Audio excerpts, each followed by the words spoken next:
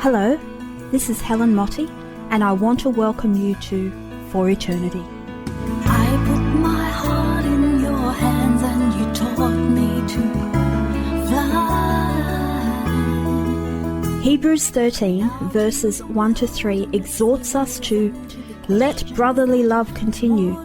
Do not forget to entertain strangers, for by so doing some have unwittingly entertained angels. Remember the prisoners as if chained with them, those who are mistreated, since you yourselves are in the body also. This edition of For Eternity is going to be different from previous ones, and I hope you are not only going to enjoy and be inspired by what you hear, but be challenged as well. This week we are not going to visit a specific country where Christian believers endure hardship and injustice for practicing their faith. Our journey is going to be more of a global one, as we learn about fair trade and gain an insight into how God Himself sees the poor and the oppressed. Those of you who are regular listeners of For Eternity will know that many of our Christian brothers and sisters around the world are not only persecuted for their faith in Jesus Christ, but also live in crippling poverty. To be a Christian in countries such as Bangladesh, Pakistan, Syria, Laos, Iraq, Afghanistan is to be the untouchable of that culture and society. But imagine for a moment you are a woman whose husband has been murdered or imprisoned for his faith, and you must now battle to survive and provide for your children in a hostile and dangerous community. Or imagine you have leprosy, or are blind, or deaf, or disabled in some other way, and there will never be the chance for you to be educated or to be trained in skills which will enable you to earn an income for yourself and your family. Many of our Christian family are in exactly these circumstances, simply because of how and where they were born. There is no social security, no Centrelink payments, no family allowance or disability pension, as we have here in Australia. Corruption and injustice are the modus operandi of their town or village. Just surviving is the goal of each day. Does God care about poverty and injustice, especially as it affects the widowed and the orphaned? Do we care? Should we care? It may surprise you, as it did me several years ago, to discover that the Bible is full of references to the poor, the mistreated, and the vulnerable. The Old Testament is replete with clear and unambiguous instructions on how those who are less fortunate than ourselves should be treated, and also warnings of the consequences of ignoring these instructions.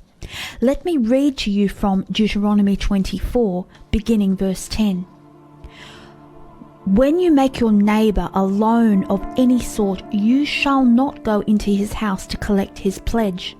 You shall stand outside, and the man to whom you make the loan shall bring the pledge out to you. And if he is a poor man, you shall not sleep in his pledge. You shall restore to him the pledge as the sun sets, that he may sleep in his cloak and bless you. And it shall be righteousness for you before the Lord your God. You shall not oppress a hired worker who is poor and needy, whether he is one of your brothers or one of the sojourners who are in your land within your towns. You shall give him his wages on the same day before the sun sets, for he is poor and counts on it, lest he cry against you to the Lord, and you be guilty of sin. Fathers shall not be put to death because of their children, nor shall children be put to death because of their fathers. Each one shall be put to death for his own sin. You shall not pervert the justice due to the sojourner or to the fatherless, or take a widow's garment in pledge. But you shall remember that you were a slave in Egypt, and the Lord your God redeemed you from there. Therefore I command you to do this. When you reap your harvest in your field, and forget a sheep in the field, you shall not go back to get it. It shall be for the sojourner, the fatherless, and the widow, that the Lord your God may bless you in all the work of your hands. When you beat your olive trees, you shall not go over them again. It shall be for the sojourner, the fatherless, and the widow. When you gather the grapes of your vineyard, you shall not strip it afterward. It shall be for the sojourner, the fatherless, and the widow. You shall remember that you were a slave in the land of Egypt. Therefore I command you to do this. Proverbs 31 verses 8 to 9 reads, Open your mouth for the mute, for the rights of all who are destitute. Open your mouth, judge righteously, defend the rights of the poor and needy. In the New Testament, in James chapter 1, we read in verses 22 to 27, But be doers of the word, and not hearers only, deceiving yourselves. For if anyone is a hearer of the word and not a doer, he is like a man who looks intently at his natural face in a mirror.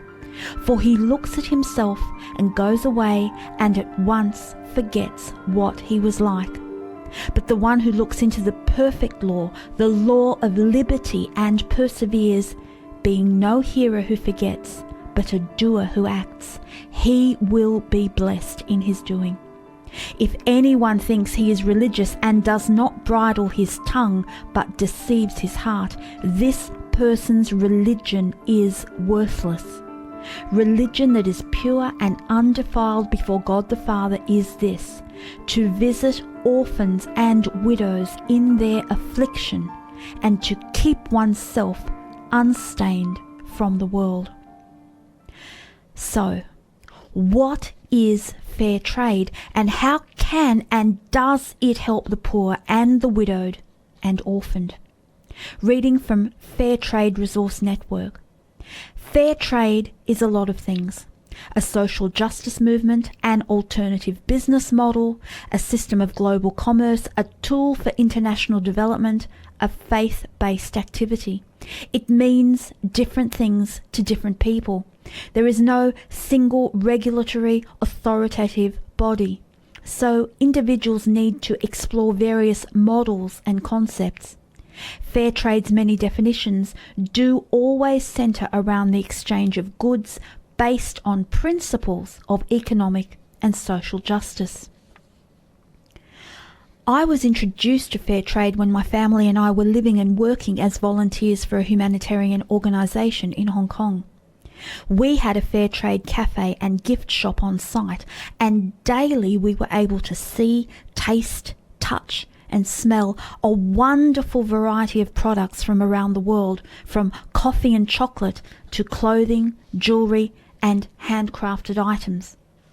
Even more importantly, as we enjoyed our cappuccino or latte or searched for a special gift for someone back home, we became increasingly familiar with all the groups scattered across the globe in different countries who produced these goods. We heard and read their stories, and in a very real sense, we became family with them. I knew that when I bought something from the gift shop or the cafe, I was consciously choosing to connect with men, women and young people who not only made quality products, but who were directly benefiting from my decision to buy this item. It was a very small thing to do, but many people doing many small things changes not only one person's life, but a family's and even a community's. So as a Christian, I support fair trade because I have seen it work, and it is one way that I can connect with and practically help my sisters and brothers who battle to just provide food for their families or send a child to school. I recently attended an Open Doors forum in Sydney, and one of the main topics we discussed was how to more effectively support our Christian sisters living under persecution by not only praying for them and telling their stories, but by helping them in skills training and in the setting up of small businesses through microfinance, so they can support themselves and their families in a culture that is hostile and even violent towards women. We discussed how we could make their products directly available to us here in Australia. This is fair trade. This is a good and right thing for believers to be interested in and care about. At this forum, all of us who came were given a simple handmade shoulder bag with a red heart on the front. We were told it was made by a group of Christian women in Pakistan. As I accepted the bag, I immediately thought of Asia Bibi, my Pakistani sister who is on death row for blasphemy against Islam. I thought about all my brothers and sisters who pay such a high price for following Jesus Christ. And I realized that just using this bag in my everyday life would give me opportunities to tell people about what Christian believers suffer in a country like Pakistan.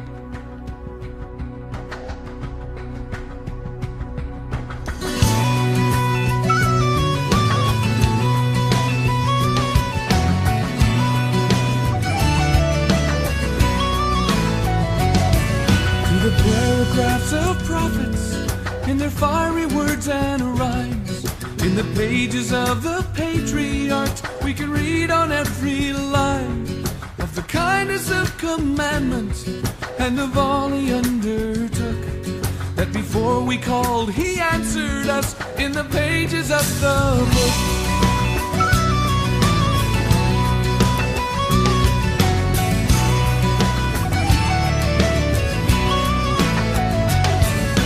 It is the key, it is the door, more than ink and cloth and page. Each line preserved in blood and tears to speak to each new age. Come read the very thoughts of God, hear what wisdom has to say. For in 3,000 years and more, it hasn't aged a day.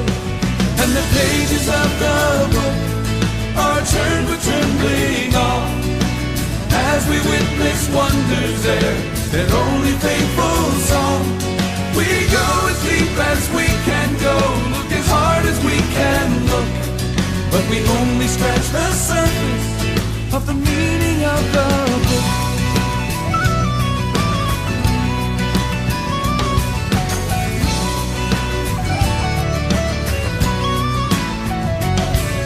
So open up your heart and soul to the call and the command.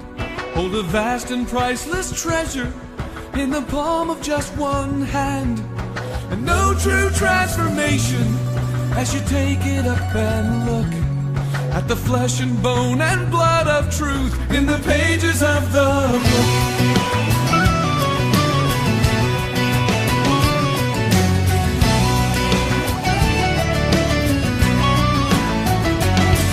And the pages of the book are turned with trembling awe, as we witness wonders there that only faithful saw. We go as deep as we can go and look as hard as we can look, but we only scratch the surface of the meaning of the book. And the pages of the book are turned with trembling awe, as we witness wonders there that only faithful saw. We go as deep as we can go, look as hard as we can look, but we only scratch the surface of the meaning of the book. We only scratch the surface of the meaning of the book.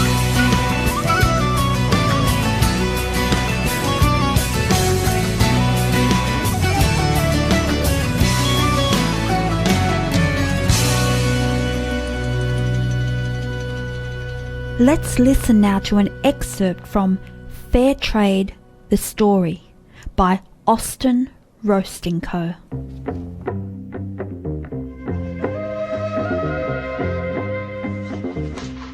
Fair trade, in essence, is all about helping small family farmers in developing countries get organized and develop their business skills in order to tap into the world market directly. When they sell direct, they can make 2, 3, even 4 times more. And of course, with more revenues, they're able to develop their communities, keep their kids in school, create scholarship programs, bring electric lighting to their villages for the first time. Fair trade isn't a product.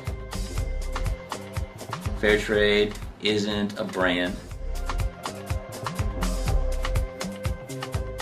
Fair trade's a story.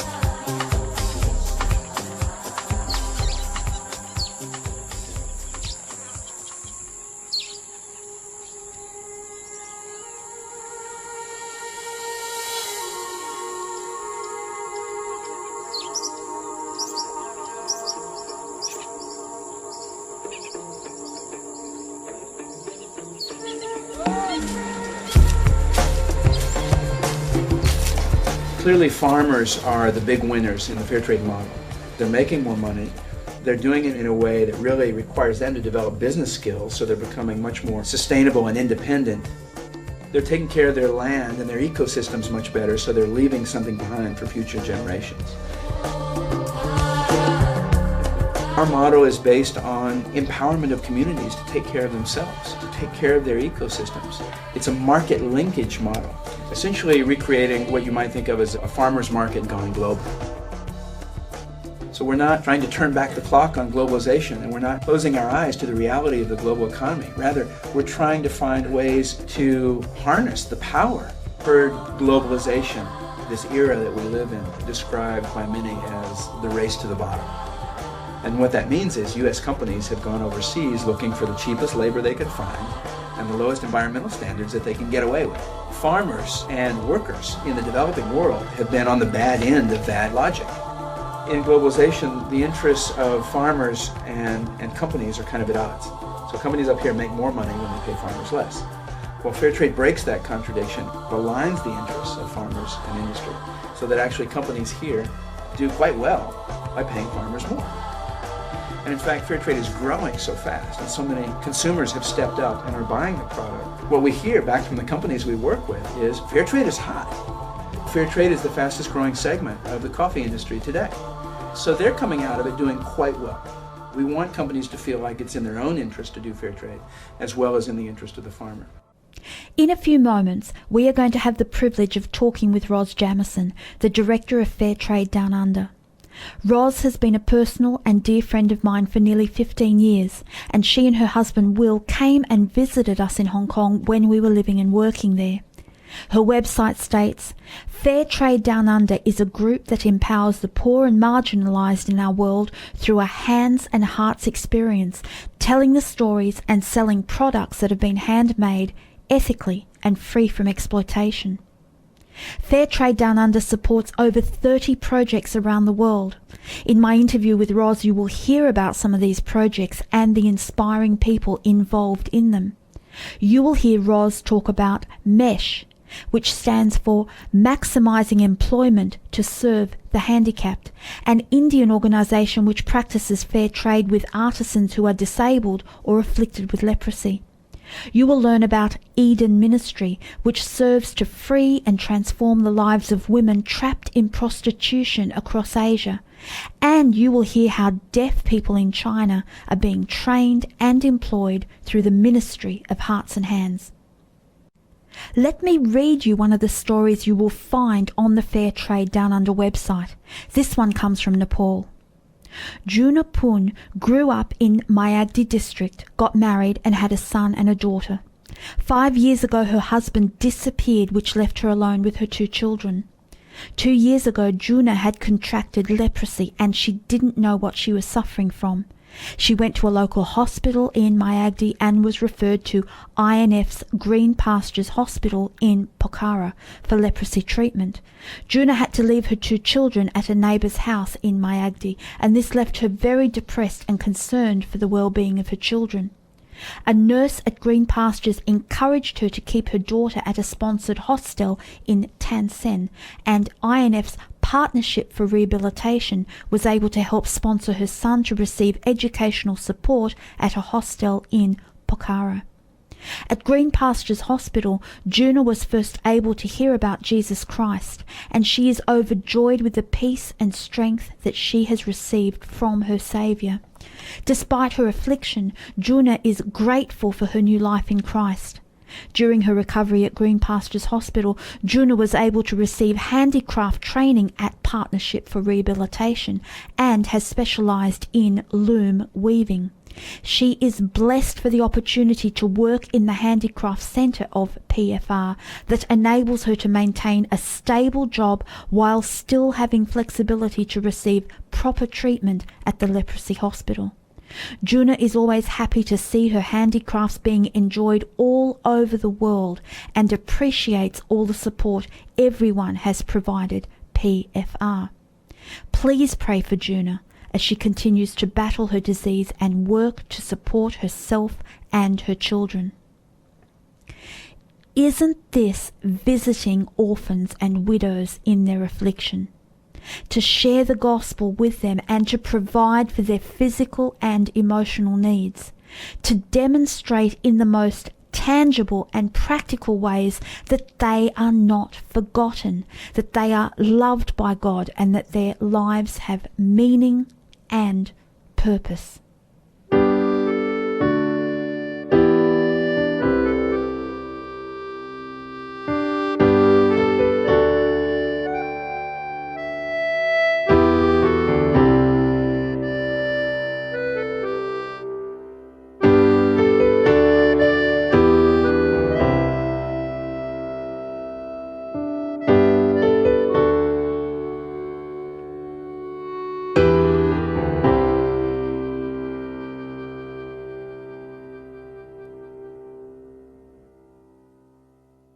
Who will speak out for the child who has no home? Who will take the hand of the widow who walks alone? Who will show their faith by all they do? Who will come to me in spirit and truth? Who will brave the road to comfort the oppressed? Who will hear my voice and go, so someone will be blessed? Who will give all of their life to me and fight for just one soul to be set free?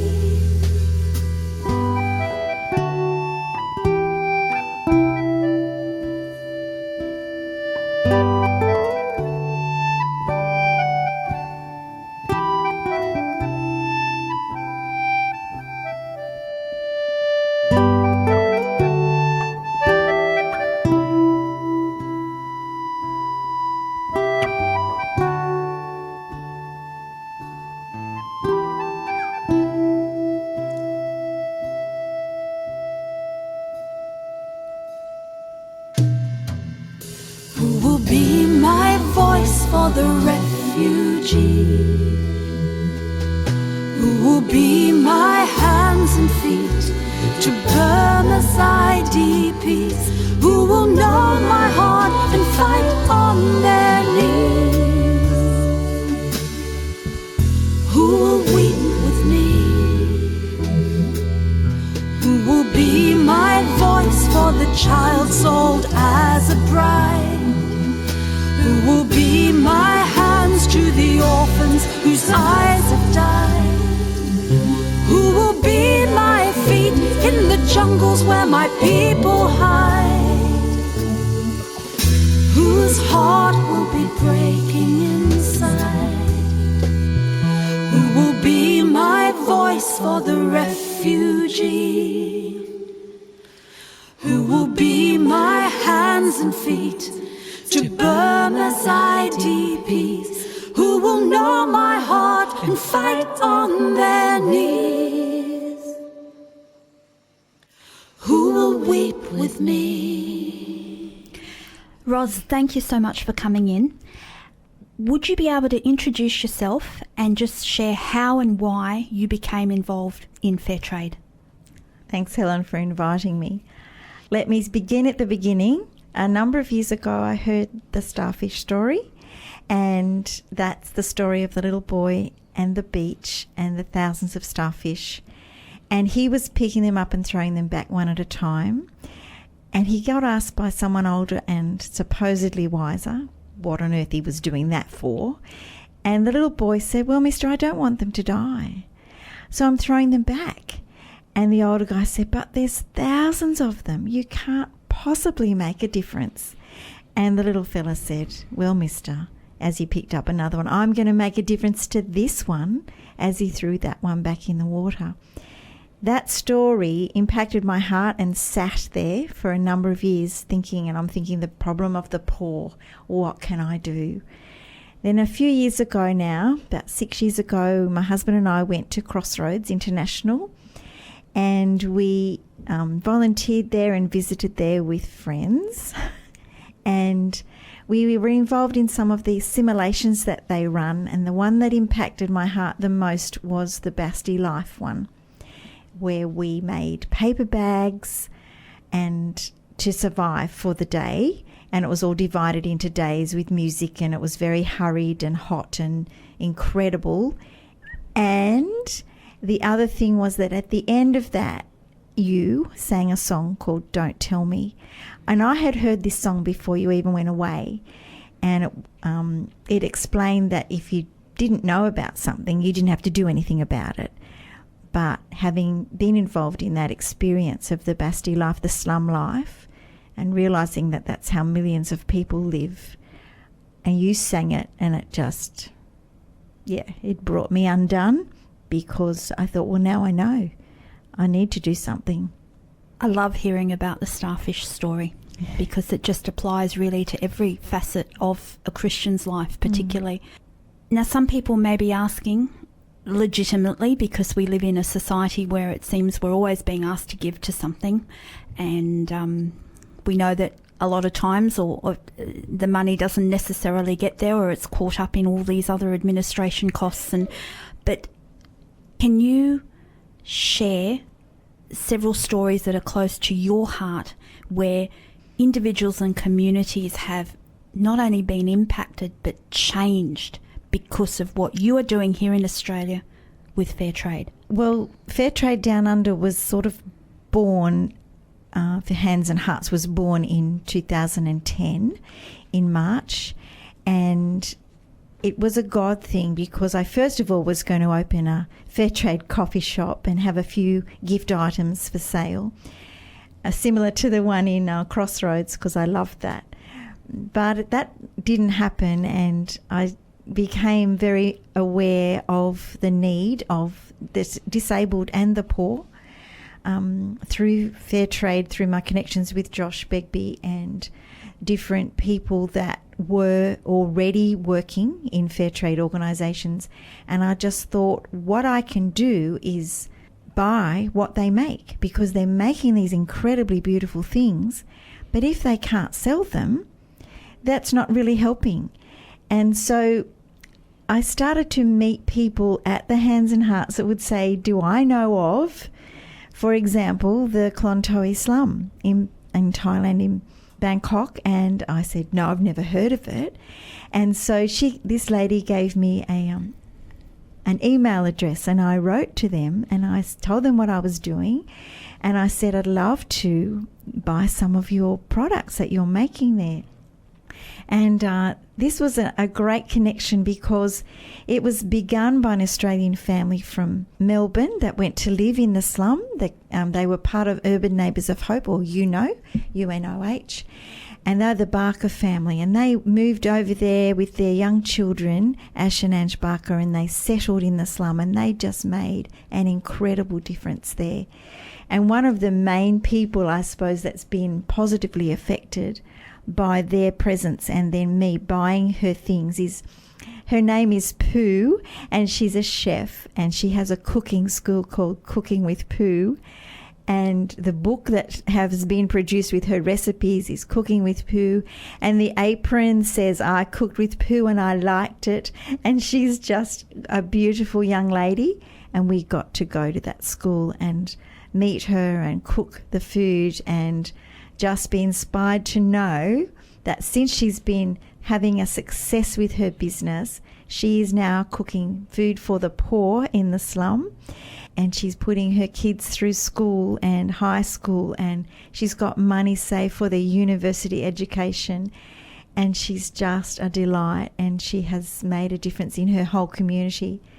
After we had been there in May, about 3 weeks after we'd been there, her cooking school, her parents' home, and 3 other dwellings were burnt to the ground. And we were devastated and started praying, and within 3 days the cooking school was up and running in a different place, and it's now being rebuilt. So the community that she was part of pulled together and just helped clean up and rebuild, and it was just amazing. Another story is the story of Flo. She's an individual lady living in a small village in Uganda. The town that she's 25 kilometres out of is Ginger, and she makes paper bead jewellery, and other members of her village make other things. And I got her connection through a young couple that are from Wauchope, and I'm putting money directly into Flo's account, and she pays the other members of the village that are producing things that I can sell. And it's just a great thing to know that I put money in Flo's account.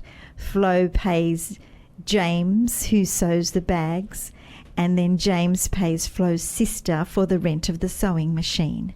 And it's just a great little community that's been impacted by Fair Trade Down Under. And so that's a really lovely story as well. Another group that I love dealing with is a deaf community in China called Hearts and Hands, the opposite to mine. But they are all deaf and disabled, and they make beautiful silk traditional things and also lovely cotton things as well, and a lot of homewares and aprons and tablecloths and things like that. But those people, it's a Christian organisation operating in China, which is difficult in itself, but they just are so blessed to be able to send orders to Australia, to Fair Trade Down Under, and it's just wonderful to be part of them, and they are so thankful. Some of the people that we visited on our trip were in India, a big organisation called MESH, which has a lot of small organisations underneath its umbrella, 38 little groups dotted all over India. And MESH, the headquarters is in Delhi, and they pull it all together and ship things out and market and design things. But the people that work for them are all disabled in some way, a lot of spinal injury and disabilities through polio, and then others are deaf and hearing and speech impaired as well. And leprosy affected people as well. And just amazing how we got to meet 2 of those groups, only 2 out of the 38, but it was really good to meet the 2. And they were weavers and tatting people, ladies that do tatting. And it was just wonderful to meet them and see where they work and see the quality and some of the equipment that they have to use to produce these amazingly beautiful things.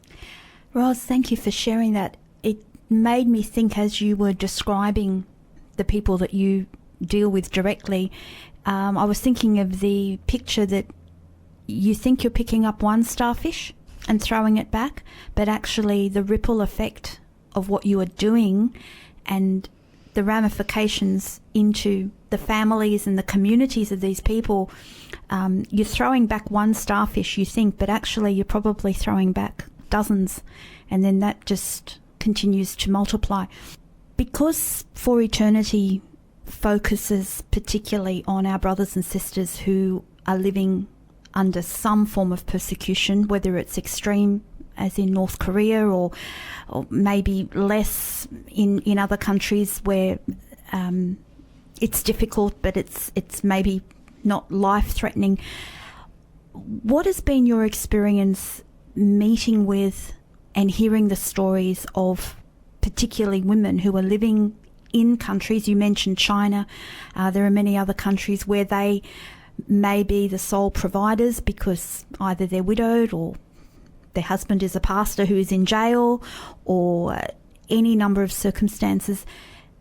Can you share anything there as far as how important fair trade and what you are doing is actually helping them to support their families? A lot of the people that we deal with are women and are the sole providers.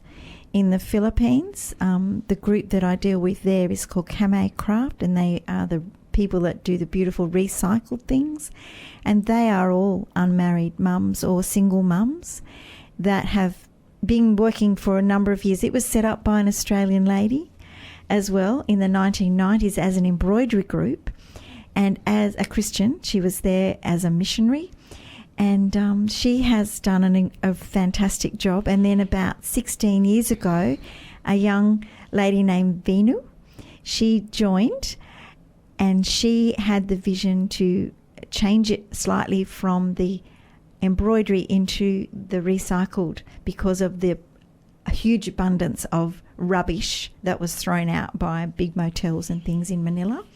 And they started making things out of poppers and all sorts of incredibly clever things. And she's a lovely Christian girl, Venu, who's in charge of this big organisation now. She's been there for 15 years, and so she's in her 30s, and she's a little spitfire. She's just great. We got to meet her. She came to Sydney, so that was easier than us going there. But it was wonderful to know how much our orders are impacting them and all those women that are working there. They have microfinance organisations in their cooperative. It's a cooperative of women, and they have helped so many and each other with health issues and health program and education for their children and all sorts of things, employment. And yeah, it's just incredible what they've done. With the China connection, Eden Ministries is also situated in Kunming. It's another Christian organisation that deals specifically with girls that were in the red light district. Now, Kunming is in China? Yes, it's a big city in China, and they have been there since the year 2000, so working hard for 14 years, and have impacted and changed the lives through God as well as fair trade, thousands of young ex-prostitutes, by teaching them to make jewellery, also teaching them other skills like computing and office skills, marketing, design. They sometimes design the jewellery as well, and their product is just amazing. They have a new range called the Justice range, which talks about speaking up for those that can't speak for themselves, and a new one that says, Micah 6:8, as we know, says, act justly, love mercy, and walk humbly. And it's just amazing to be able to sell these items knowing that they're making a difference to the lives of these girls that were trafficked mostly or tricked into prostitution, sold sometimes with having violence against them to make them stay, imprisonment and all sorts of things, and their lives are totally transformed. You can see Jesus in their eyes, you know, they're just beautiful. Well, you've preempted my next question, which is on Micah 6, but just wanted to say too that as you were talking about, you know, so many of the women are widowed or single, supporting their families, and probably in a lot of cases their extended families as well. Also makes me think of the mandate in James, where it's, you know, what is pure and undefiled religion, which is looking after the widowed and the orphaned, of course keeping oneself unspotted from the world, but it doesn't get any more simple than that. And in so many cases, when we look at our Christian brothers and sisters, many of the women are widowed, many of the children are orphaned. We have a responsibility here to do something, and we don't have any excuse, I believe. So, Ros, you've quoted Micah 6, what does the Lord require of you? my question was, how does that scripture resonate for you in your daily involvement with these individuals and communities who are living in circumstances that are not fair or just, politically, economically, socially, where the practicing of their faith is restricted or even prohibited? So as you're going about your daily life here in Australia, where we are so blessed, how does the mandate of that scripture motivate you in what you are doing every day?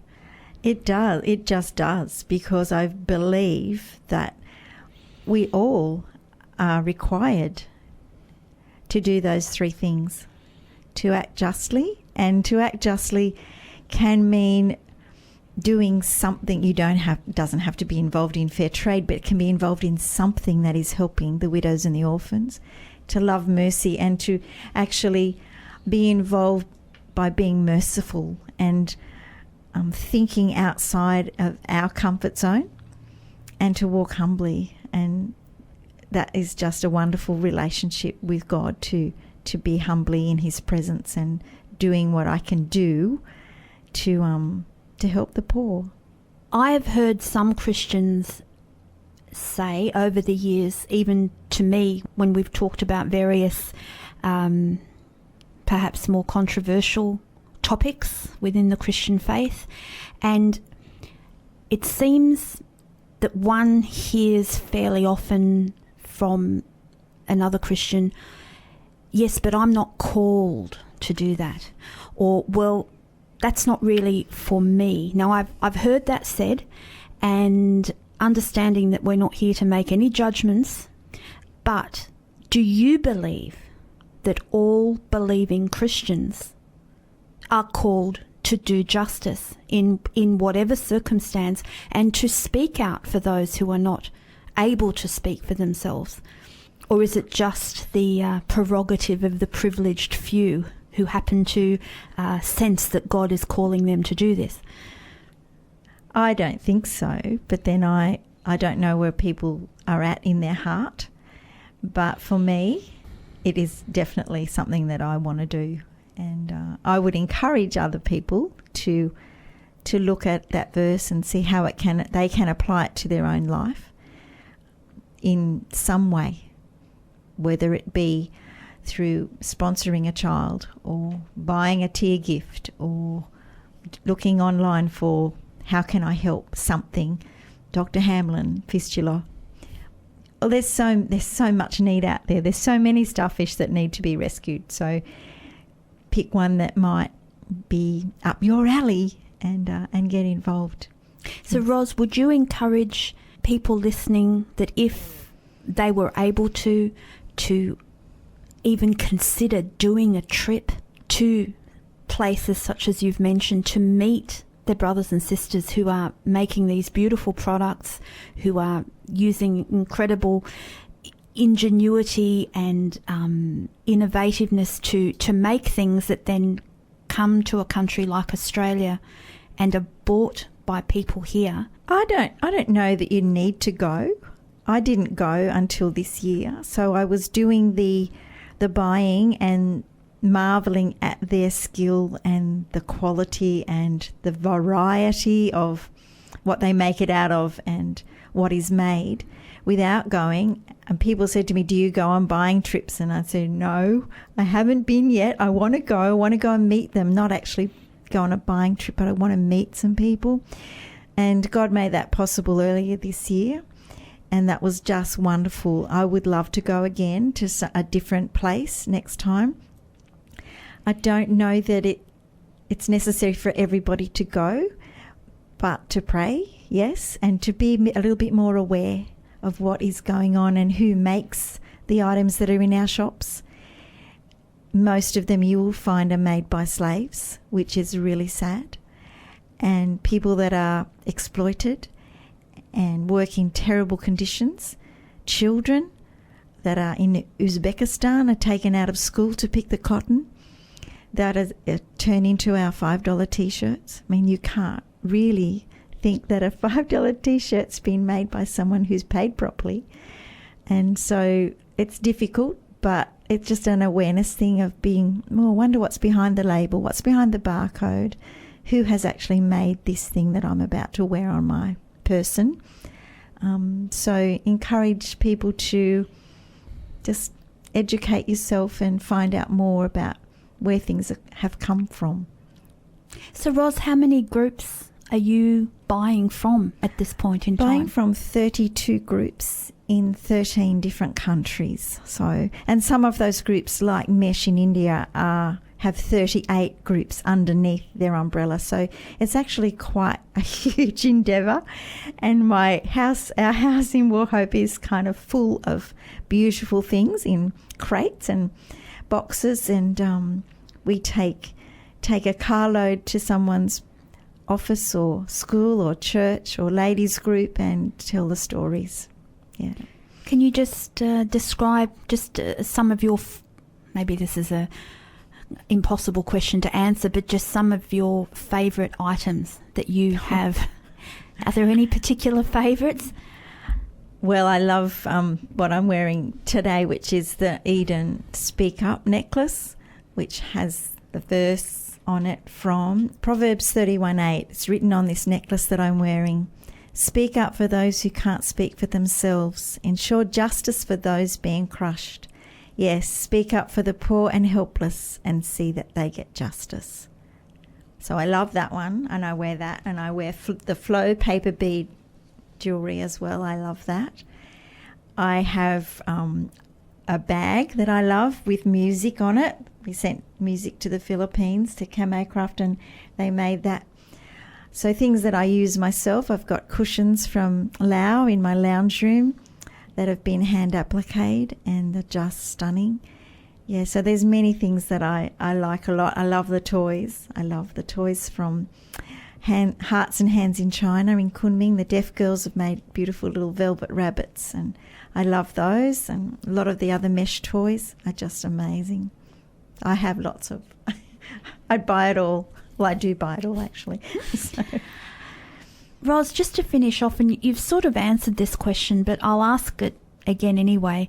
How can someone find out more about fair trade and perhaps even become involved in some way to support fair trade in this country and obviously around the world? Well, fair trade, there's two different words. There's the fair trade one word, which is on coffee and tea and chocolate and cotton, because they're grown from the ground or consumed. And so they have the stamp. So if you see coffee in the shop or chocolate in the shop with the little blue and green stamp on it that says, and it's fair trade one word, you know that that has been produced without any slave labour, and you can be assured of its quality. And fair trade two words, which is what Fair Trade Down Under is, and lots of other organisations and associations, are to do with the 10 fair trade principles set out by the World Fair Trade Organisation. And if someone is operating under those principles, they can call themselves fair trade, two words. And so it's easy to go online and type in fair trade, World Fair Trade Organisation, and find out as much as you can about it. And just be aware of where things are coming from. And it would be really good also to, if you can't afford to buy a fair trade dress offline, because there are people that sell fair trade clothing, you might like to shop secondhand, because secondhand things haven't, although they may have been made under the bad conditions in the first place, you're not promoting buying a new one that's also been made recently. So that's another way of helping a little bit. We can all do a little bit, and it's each little bit that makes a difference. That's fantastic. Ros, thank you so much for coming in and for sharing about what you're doing. It inspires me, and it's also a great resource for gifts. As you know, at any time of the year, not just at Christmas, or they just make wonderful gifts. What I love about fair trade is that you can give something, and even if it doesn't have a printed story, which a lot of your items actually have stories, who made them and the circumstances, it's a wonderful door opener for sharing the stories. and making people aware just by giving them a gift. And as you've said, it doesn't have to be a really expensive one. And I think if everyone can be remembering the starfish story and not be overwhelmed as we can be, well, there's just so much need and I can't do anything. If we remember the starfish story, every single person has the capacity to pick up one starfish at a time. Thank you so much, Ros. My pleasure.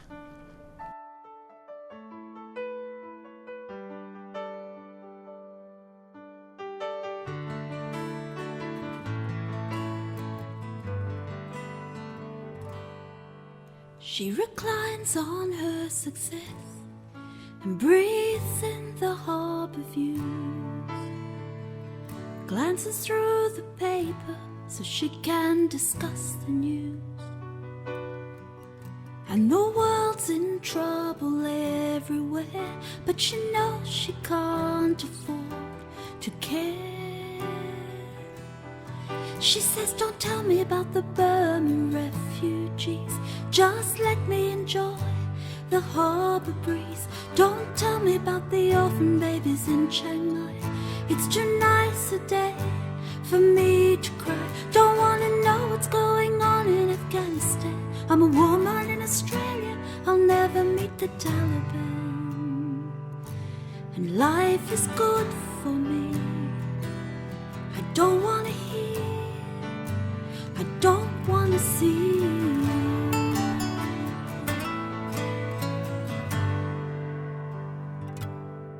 His is another empire grand, with all his labour carved on sand. Questions settling on his days like dust, his mortality beckoning the moth and rust. And the world's in trouble everywhere, but the world's just not this man's affair. He says, don't tell me about the Burma refugees, let me enjoy my gin and tonic, please. Don't tell me about Manila and the street kids' eyes, 'cause all that's on my mind is the next pay rise. Don't wanna know what's going on in Afghanistan, I thank God I'll never meet the Taliban. Life is good for me, I don't wanna hear, I don't wanna see.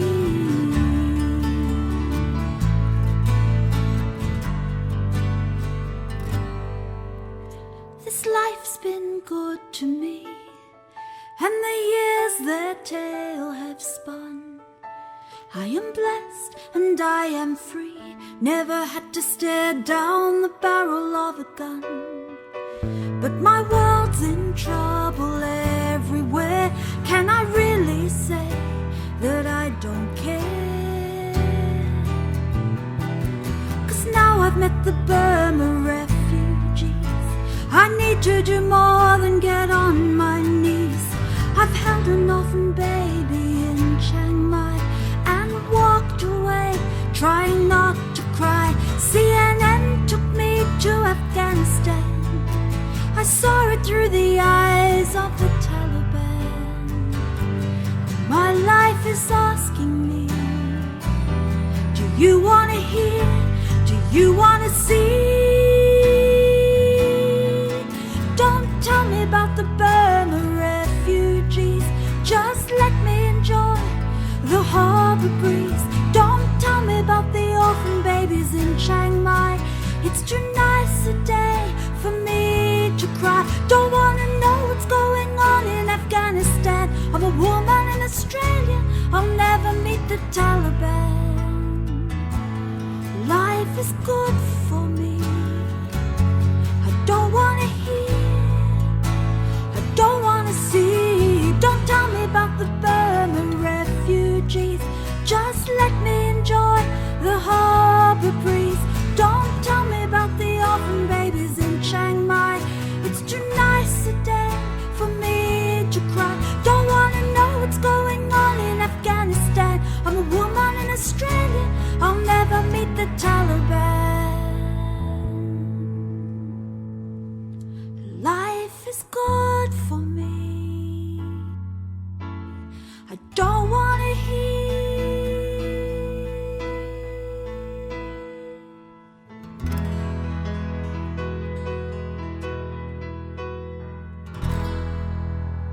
I hope you have enjoyed this edition of For Eternity. Please continue to especially remember and pray for our brothers and sisters who are in prison for their faith in countries such as Iran, North Korea, Pakistan, China, and our family in the Middle East who are displaced or who have become refugees because of Islamic terrorism. This is Helen Mottee, For Eternity.